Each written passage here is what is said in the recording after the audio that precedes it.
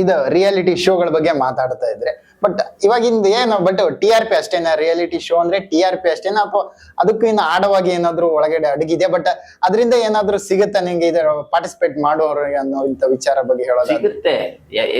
ಸಿಗುತ್ತೆ, ಸಿಕ್ಕಿರೋದಕ್ಕೆಲ್ಲ ನೀವು ನನ್ನನ್ನು ಗುರುತಿಸಿ ಮುತ್ತುರಾಜ್ ಗಡ್ಡಪ್ಪ ಗುರುತಿಸಿ ಮಾತಾಡ್ಸೋದು, ಎಲ್ಲ ಜನರಿಗೂ ಮಾತಾಡ್ಸೋದು, ಎಷ್ಟೇ ವರ್ಷ ಆದ್ರೂ ಮರಿದೇ ಇರೋದು, ಅದು ತುಂಬಾ ರಿಯಾಲಿಟಿ ಶೋ ಅನ್ನೋದು ತುಂಬಾ ಇಂಪ್ಯಾಕ್ಟ್ ಮಾಡುತ್ತೆ, ಜನರಿಗೆ ಇಷ್ಟ ಆಗುತ್ತೆ. ಬಟ್ ಅಲ್ಲಿ ಆಗುವಂತ ನಿಜ ಅಂತ ಅನ್ಕೊಂಡಿರ್ತಾರೆ, ಅದು ಸತ್ಯನೇ. ರಿಯಾಲಿಟಿ ಶೋಗಳಿಂದ ನಮ್ಮಂತ ಕಲಾವಿದರಿಗೆ ತುಂಬಾ ಉಪಯೋಗ ಆಗುತ್ತೆ, ಜನರಿಗೂ ಒಂದು ಎಂಟರ್ಟೈನ್ಮೆಂಟ್ ಸಿಗುತ್ತೆ. ಆದ್ರೆ ಅಂತ ಪ್ಲಾಟ್ಫಾರ್ಮ್ ನ ದುರುಪಯೋಗ ಆಗ್ತಿದೆ, ದುರ್ಬಳಕೆ ಆಗ್ತಿದೆ ಅಂತ. ಅಂದ್ರೆ ಅದನ್ನ ಇನ್ನೂ ಚೆನ್ನಾಗಿ ಯೂಸ್ ಮಾಡ್ಕೊಳಕ್ ಬರ್ತಿಲ್ಲ ಯಾರಿಗೆ, ಇವ್ರುಗಳಿಗೆ ಮಾಡುವಂತವ್ರಿಗೆ, ಮಾಡಿಸುವಂತವ್ರಿಗೆ ಅದನ್ನ ಜವಾಬ್ದಾರಿಯಾಗಿ ಮಾಡ್ತಿಲ್ಲ ಅಷ್ಟೇನೆ. ಇವರು ಜವಾಬ್ದಾರಿಯನ್ನು ಮರ್ತ್ಬಿಟ್ಟು ಬಿಸ್ನೆಸ್ ಜಾಸ್ತಿ ಆಗ್ಬಿಟ್ಟಿದೆ, ಬಿಸ್ನೆಸ್ ಓರಿಯೆಂಟೆಡ್ ಆಗಿ. ಈಗ ನಾನ್ ನಿಮ್ಗೆ ತುಂಬಾ ಡೀಸೆಂಟ್ ಆಗಿ ಮಾತಾಡ್ಸೋದ್ರಿಂದ ಏನ್ ಮಾಡ್ತಾರೆ ಜನ ಎಲ್ಲ ಅವ್ರ ಪಳಗವ್ರು ಹೋಗ್ತಿರ್ತಾರ, ಅದೇನ್ ತಲೆಗೆಡ್ಸ್ಕೊಳಲ್ಲ. ಯಾಕಲೆ ನೀವ್ ಹಂಗೆ ಹಿಂಗೆ ಅಂತ ಏನಾದ್ರು ತುಂಬಾ ಕೆಟ್ಟದಾಗ ಮಾತಾಡಿದ್ರೆ ಅಥವಾ ಫನ್ನಿಯಾಗಿ ಮಾತಾಡಿದ್ರೆ ಈ ಕಡೆಗೆ ನೋಡ್ತಾರೆ, ವಲ್ಗರಾಗಿ ಮಾತಾಡ್ತಾರೆ, ಅಲ್ಲೆಲ್ಲ ಜನ ಇರ್ತಾರೆ. ಈ ಕೇಸಸ್ ಆಗ್ತಿದೆ. ನಿನಗೂ ಹೇಳ್ಕೊಟ್ಟಿರ್ತೀನಿ ನಾನು ಹಿಂಗ್ ಮಾತಾಡ್ತೀನಿ ಅಂತ, ನನ್ಗೂ ಹಿಂಗ್ ಹೇಳ್ಕೊಡ್ರಿ, ನಾನು ಹೆಂಗ್ ಮಾತಾಡೋಣ ಎಲ್ಲ ನೋಡ್ಸೋಣ ಅಂತ. ಬಕ್ರ ಆಗ್ತಿರೋದು ಇವ್ರ ನೀವ ಅಥವಾ ನನ್ಗೂ ಅದು ಹೊಟ್ಟೆ ಪಡೋಬಿಟ್ಟು ಮಾಡ್ತಿದ್ದೀನಿ ಅನ್ನೋದು ಅವ್ರು ಅರ್ಥ ಮಾಡ್ಕೋಬೇಕು. ರಿಯಾಲಿಟಿ ಶೋಗಳು ಇರೋರು ಅಲ್ಲಿ ರಿಯಾಲಿಟಿ ಶೋಗಳಲ್ಲಿ ಯಾವ ಚಾನಲ್ ಆಗ್ಲಿ, ನಾನು ಒಂದ್ ಚಾನಲ್ ಒಂದ್ ಕಾರ್ಯಕ್ರಮ ಅಂತ ಹೇಳ್ತಿಲ್ಲ, ಯಾವ ಚಾನಲ್ ಆಗ್ಲಿ ಜವಾಬ್ದಾರಿ ಇಲ್ದಂಗ್ ಮಾಡ್ತಿದ್ದಾರೆ. ಅಂದ್ರೆ ಜನರಿಗೆ ಮೋಸ ಮಾಡುವಂತ ವಿಚಾರ ಆಗ್ತಾ ಇದೆಯಾ? ಆಗುತ್ತಾ? ಫಸ್ಟ್ ಆಫ್ ಆಲ್ ಮೋಸ ಅಂತ ನಾನು ಹೇಳ್ಬಾರ್ದು, ಬಟ್ ಈಗ ಮೋಸ ಹೋಗೋರು ಎಂತವ್ರು ಅಂತ ಕೇಳ್ಬಿಡ್ತಾರಪ್ಪ.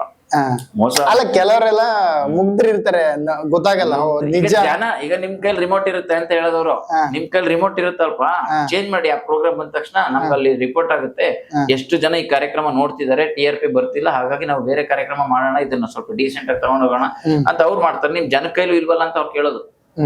ನಿಮಗೂ ಅದೇ ಬೇಕು ತಾನೆ ಅಂತ ಅವ್ರು ಜನದ ಮೇಲೆ ಹೇಳ್ತಾರೆ, ಜನ ಅವ್ರ ಮೇಲೆ ಹೇಳ್ತಾರೆ, ಮಧ್ಯದಲ್ಲಿ ಸಾಯೋರು ನಾವು ಕಲಾವಿದ್ರು. ಅಲ್ಲ, ಇವಾಗ ನಾನ್ ಕೇಳಿದ್ರೆ ಅಂದ್ರೆ ಈಗ ನಮ್ಗೆ ಅರ್ಥ ಆಗುತ್ತೆ ಏನು ಅಂತ. ಈಗ ನಮ್ಮ ಅಜ್ಜಿ ಇರ್ತಾರೆ, ಅಜ್ಜಿ ಈಗ ರಿಯಾಲಿಟಿ ಶೋ ಏನೋ ಒಂದ್ ನೀವು ಕಷ್ಟ ಹೇಳ್ಕೊಂಡಿರ್ತೀವಿ, ಬಟ್ ಅವ್ರಿಗೆ ಅರ್ಥ ಆಗಲ್ಲ, ಹೌದೇನೋ ನಿಜ ಇರುತ್ತೇನೋ, ಇದೆಲ್ಲ ನಿಜನೇನೋ, ಪಾಪ ಎಷ್ಟೊಂದ್ ಕಷ್ಟ ಇದೆಯಲ್ಲ, ಈ ತರದ್ದೆಲ್ಲ ಏನು ಮಾಡಕ್ಕಾಗಲ್ಲ. ಅದು ಎಲ್ಲ ಒಳಗಡೆ ಒಂದು ಹೊರಗಡೆ ಒಂದು ಕೆಲವೊಂದು ಇರ್ತವೆ, ಹೈಪ್ ಮಾಡೋದಕ್ಕೋಸ್ಕರ ಮಾಡ್ತಿರ್ತಾರೆ. ನೀವೇ ಅರ್ಥ ಮಾಡ್ಕೋಬೇಕು. ನಾನೇ ಒಂದ್ ಹೇಳೋದು, ನನ್ನಿಂದ ರಿಯಾಲಿಟಿ ಶೋ ಹಿಂಗೆ ಅಂತ ನೀವು ಏನು ತಿಳ್ಕೋಬೇಕಾಗಿಲ್ಲ. ಫಸ್ಟ್ ಆಫ್ ಆಲ್ ನೀವು ಕುಂತ್ಕೊಂಡು ಯೋಚನೆ ಮಾಡಿ ಅಷ್ಟೇ, ಎಲ್ರು ಯೋಚನೆ ಮಾಡ್ಬೇಕು. ಕಂಟೆಂಟ್ಗಳು ಇದೇನಾ, ಇದು ಬಿಟ್ಟು ಇಲ್ವಾ ಅಂತ ಒಂದು ಅಲ್ಲಿ ತೋರಿಸ್ತಿರೋದು ನಿಜ ಆಗೋಕ್ ಸಾಧ್ಯನಾ? ಸರಿ, ನಿಜಾನೇ ಅನ್ಕೊಂಡ್ರು ಕೂಡ ಅದ್ರಲ್ಲಿ ಏನಿದೆ ಎಲ್ರಿಗೂ ಇದೆಯಲ್ಲ ಅನ್ನೋ ತರ ಅಷ್ಟೇ. ಸರಿನಾ? ಎಲ್ರು ಅಂತದ್ ಆನಂದರಿದ್ದೇನಲ್ಲ ಅದು ಅನ್ನೋ ತರದ್ ಅರ್ಥ ಮಾಡ್ಕೋಬೇಕು. ಅದಕ್ಕೆ ಮಾರು ಹೋಗಿ ಸೋತ್ ಹೋಗಿ ಅಣ್ಣ ನೀನೇ ನಮ್ ದೇವ್ರು ಅನ್ನೋ ತರ ನನಗೂ ಇರಬಾರ್ದು, ಬೇರೆಯವ್ರಿಗೂ ಇರಬಾರ್ದು.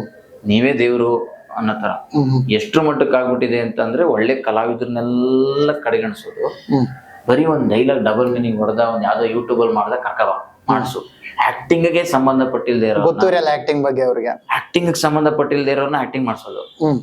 ಯಾಕೆ? ಅವ್ನ ಯಾವ್ದ್ರಲ್ಲೂ ನೆಗೆಟಿವ್ ನೇಮ್ ಮಾಡಿರ್ತಾರೆ ಅನ್ಬೇಕು. ಅದು ನೆಗೆಟಿವ್ ಪಾಸಿಟಿವ್ ಅದು ಬೇಕಿಲ್ಲ.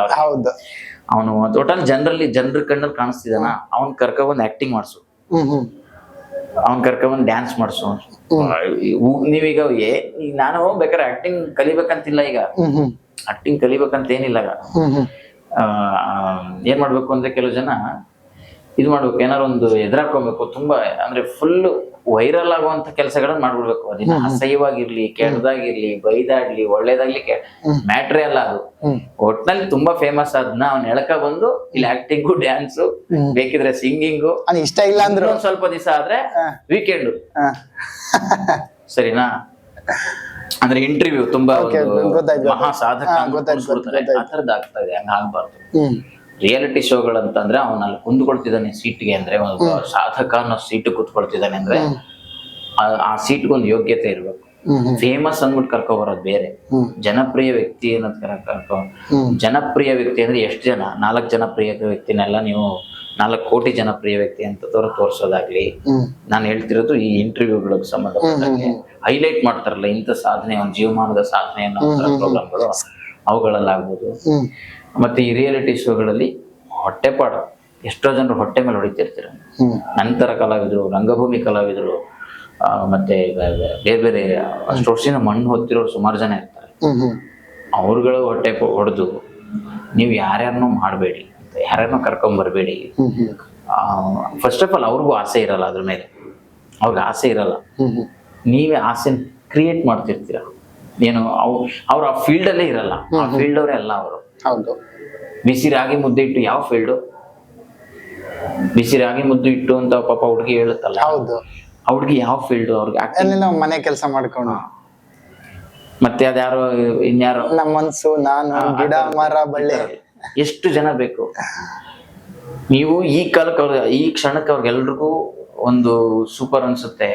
ಏನಾದ್ರು ಭವಿಷ್ಯದಲ್ಲಿ ಅವ್ರಿಗೇನಾದ್ರು ಹೆಚ್ಚು ಕಡಿಮೆ ಆದ್ರೆ ಯಾರು ಕರಿತಾ ಇಲ್ಲ, ಈ ಕಡೆ ಕೆಲ್ಸಕ್ಕೆ ಹೋಗಕ್ಕಾಗಲ್ಲ, ಈ ಕಡೆ ಒಂದು ಬೇಸ್ ಆಗಿ ಒಂದು ಗಟ್ಟಿಯಾಗಿ ನಿಂತ್ಕೊಂಡಿರೋ ಟ್ಯಾಲೆಂಟ್ ಇಲ್ಲ ಒಳಗಡೆ, ಜೀವನ ಕಟ್ಕೊಳ್ಳುವಂತ ಟ್ಯಾಲೆಂಟ್ ಇಲ್ಲ, ಪ್ರತಿಭೆ ಇಲ್ಲ. ಈ ಕಡೆ ತುಂಬಾ ಫೇಮಸ್ ಮಾಡ್ಬಿಟ್ಟು ಏನೋ ದೊಡ್ಡದು ಅನ್ನೋ ತರ ಇಲ್ದೇ ಇರೋದೆಲ್ಲ ಹಾಕಿ ಮಸಾಲ ಹಾಕಿ ಹೈಲೈಟ್ ಮಾಡ್ಬಿಟ್ಟಿರ್ತೀರ, ಜನ ಬೇರೆ ತರ ನೋಡೋದಕ್ ಶುರು ಮಾಡಿರ್ತಾರೆ. ಅವಳು ಒಂದ್ ಕಡೆ ಕೆಲ್ಸಕ್ಕೆ ಹೋಗಲ್ಲ, ಅವ್ರದ್ದು ಏನೇನೋ ಆಗುತ್ತೆ. ಎಲ್ರು ಒಂದೇ ತರ ಸಕ್ಸಸ್ ಆಗ್ಬಿಡ್ತಾರೆ ಅಂತ ಹೇಳಕ್ ಆಗಲ್ಲ. ಹೌದು. ಆಫ್ಟರ್ ಅವ್ರಿಗೆ ಏನಾದ್ರು ಹೆಚ್ಚು ಕಡಿಮೆ ಆದ್ರೆ ಏನು? ಯಾರು ಹೊಣೆ? ಯಾರು ಹೊಣೆ ಅಂತಂದ್ರೆ ಈಗ ಫಸ್ಟ್ ಆಫ್ ಆಲ್ ಅವ್ರನ್ನ ಬ್ಲೇಮ್ ಮಾಡಕ್ ಆಗಲ್ಲ, ಹೋಗೋರೆ ಅಂತವ್ರು ಅಂತಾನೆ ಬರೋದು. ಯಾರು ನಿಮ್ ಭವಿಷ್ಯ ನೀವು ಕಟ್ಕೋಬೇಕಪ್ಪ, ನಾವು ಕೊಟ್ಟಿದ್ದೆ ತಪ್ಪ ಅವಕಾಶನ ಅಂತ ಆಗುತ್ತೆ. ಅದು ಇಲ್ಲಿ ನಾನು ಕಾನೂನು ಪ್ರಕಾರ ಮಾತಾಡ್ತಿಲ್ಲ, ಕಾನೂನು ಯಾವುದು ಕಾನೂನು ವಿರುದ್ಧ ಮಾನವೀಯತೆ ದೃಷ್ಟಿಯಿಂದ ಒಂದು ಜವಾಬ್ದಾರಿ ಅನ್ನೋ ದೃಷ್ಟಿಯಿಂದ ಅಷ್ಟೇ, ಜವಾಬ್ದಾರಿ ಅನ್ನೋ ದೃಷ್ಟಿಯಿಂದ ಎಲ್ಲಾ ಕಡೆ ಹಿಂಗ ಆಗ್ಬಿಟ್ಟಿದೆ. ನನ್ಗೆ ಎಷ್ಟೊತ್ತು ನಾವೇನು ಫೇಮಸ್ ಇನ್ನೇನು ಅದಕ್ಕೆ ಏನ್ ಮಾಡ್ತಾರೆ ಇವರೆಲ್ಲ, ಯಾವ್ದೋ ಒಂದು ಅಡ್ವರ್ಟೈಸ್ಗಳು ಕೊಡ್ತಾರೆ, ಏನೋ ಮಾಡ್ತಾರೆ ಹೊಟ್ಟೆ ಪಾಡಿಗೆ. ಈ ಕಾಂಡಮ್ ಅಡ್ವರ್ಟೈಸ್ ಹಾಕೊಡು, ಡೇಟಿಂಗ್ ಆಪ್ ಅಡ್ವರ್ಟೈಸ್ ಹಾಕೊಡು, ಬಟ್ ಅದು ರಿಯಲ್ ಫೇಕ್ ಅನ್ನೋದು ಗೊತ್ತಿರಲ್ಲ ಅವ್ರಿಗೆ. Game advertise, online game advertise real ಏನಂತ ಅವ್ರಿಗೆ ಅವಶ್ಯಕತೆ ಇಲ್ವಲ್ಲ. ರಿಯಲ್ ಫೇಕ್ ಅನ್ನೋದು ದೊಡ್ಡವರೇ ನೋಡ್ತಾ ಇಲ್ಲ. ದೊಡ್ಡ ದೊಡ್ಡ ರಮ್ಮಿ ಗೇಮು ಅನ್ಕೊಂಡು, ಜಂಗ್ಲಿ ಗೇಮು ಅನ್ಕೊಂಡು ಅಡ್ವರ್ಟೈಸ್ ಮಾಡುವಂತ ದೊಡ್ಡ ದೊಡ್ಡ ಕೋಟಿಗಟ್ಲೆ ಬಿದ್ದೈತೆ ಅನ್ನೋರೇ ಕೇರ್ ಮಾಡಲ್ಲ. ಪಾನ್ ಪರಾಗ್ ತಿನ್ನಿ, ವಿಮಾನ ತಿನ್ನಿ, ಅದು ಏನೋ ತುಟಿಗೆ ಇದಾಕೊಳ್ಳಿ, ಅದು ಇದು ಕೇಸರಿ ಏನದು ಬಾಯಿಲಿ ಹಾಕೊಳ್ಳೋದಕ್ಕೆ, ಎಣ್ಣೆ ಹೊಡೆಯೋದಕ್ಕೆ, ನಮ್ಮ ಆನ್ಲೈನ್ ಗೇಮ್ ಆಡೋದಕ್ಕೆ ದೊಡ್ಡ ದೊಡ್ಡ ಕೋಟಿಗಟ್ಲೆ ಬಿದ್ದಿದೆ. ಅವ್ರಿಗೇನ್ ದುಡ್ಡು ದರಿದ್ರ ಇಲ್ಲ ಅನ್ನೋರೇ ಗೌರ್ಮೆಂಟ್ ಮೇಲೆ ಹೇಳ್ಬಿಟ್ಟು ಮೋದಿ ಬ್ಯಾನ್ ಮಾಡ್ಲಿ, ಸಿದ್ದರಾಮಯ್ಯ ಬ್ಯಾನ್ ಮಾಡ್ಲಿ, ನಮ್ಗೇನೋ ಗೌರ್ಮೆಂಟ್ ಬ್ಯಾನ್ ಮಾಡೋರ್ಗು ಮಾಡ್ತೀವಿ ಅನ್ನೋ ತರ ಏನೇನೋ ಕಾರಣ ಕೊಟ್ಕೊಂಡು ಅವರೇ ಬೆಟ್ಟಿಂಗ್ ಆಪ್ ಗಳನ್ನ, ಆನ್ಲೈನ್ ಗೇಮ್ಗಳನ್ನೆಲ್ಲ ಪ್ರಮೋಟ್ ಮಾಡ್ತಾರೆ ಹಣಕ್ಕೋಸ್ಕರ. ಇನ್ನು ಪಾಪ ನೆನ್ನೆ ಮನೆ ಬಂದಿರೋ ಆರ್ಟಿಸ್ಟ್ಗಳ ಜೀವನ ಹೊಟ್ಟೆ ಪಾಡ್ಗೋಸ್ಕರ ಇನ್ನೇನ್ ಮಾಡ್ತಾರೆ, ಅವರು ಕೂಡ ಪ್ರಮೋಟ್ ಮಾಡ್ತಾರೆ. ಸಿನಿಮಾ ಜಗತ್ತಿನ ಕ್ಷಣ ಕ್ಷಣದ ಸುದ್ದಿಗಾಗಿ SS TV ನಿಮ್ಮೊಂದಿಗೆ.